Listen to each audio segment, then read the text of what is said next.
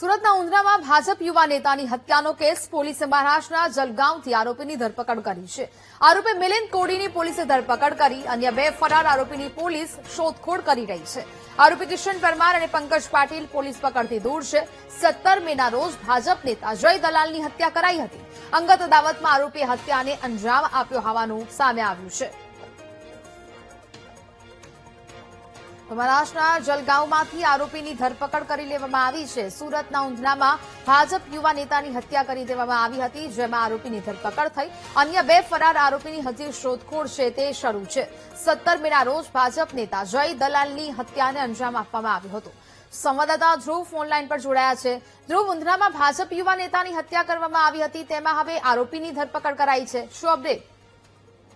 બિલકુલ, સુરતના ઉધના વિસ્તારમાં ગત રવિવારને સાંજે જે છે તે ભાજપના જે કાર્યકર હતા તેની હત્યા કરવામાં આવી હતી અને ભાજપના યુવા કાર્યકરની હત્યા કરતા ભારે ચકચાર મચી હતી અને 3 જેટલા યુવકો જાહેરમાં હત્યા કરતા જે છે તે કાયદા વ્યવસ્થા પર અનેક સવાલ ઉભા થયા હતા। ત્યારે પોલીસે આજે હત્યારાઓ છે તેને પકડવા ચક્રો ગતિમાન કર્યા હતા। ત્યારે 4 દિવસ બાદ પોલીસને એક આરોપી પકડવામાં સફળતા મળી છે। મિલિંદ કોડી એ નામનો જે વ્યક્તિ જે છે તેને પોલીસે પકડી પાડ્યો છે, જ્યારે અન્ય બે વ્યક્તિ જે છે જે મુખ્ય સૂત્રધાર હતા, અન્ય બે કિશન પરમાર અને પંકજ પાટીલ, એને પકડવા માટે પોલીસે જુદી જુદી ટીમો બનાવી છે। આજે કિશન કોડી છે, મિલિંદ કોડી જે છે તેને પોલીસે જલગાંવ ખાતેથી પકડી પાડ્યો છે, જ્યારે અન્ય બેને પકડવા માટેના પણ ચક્રો ગતિમાન કર્યા છે અને પોલીસને લાગે છે મહારાષ્ટ્ર તરફ છે તો ત્યાં પોલીસની ટીમ રવાના થઈ છે। જી બિલકુલ ધ્રુવ, જાણકારી બદલ આભાર।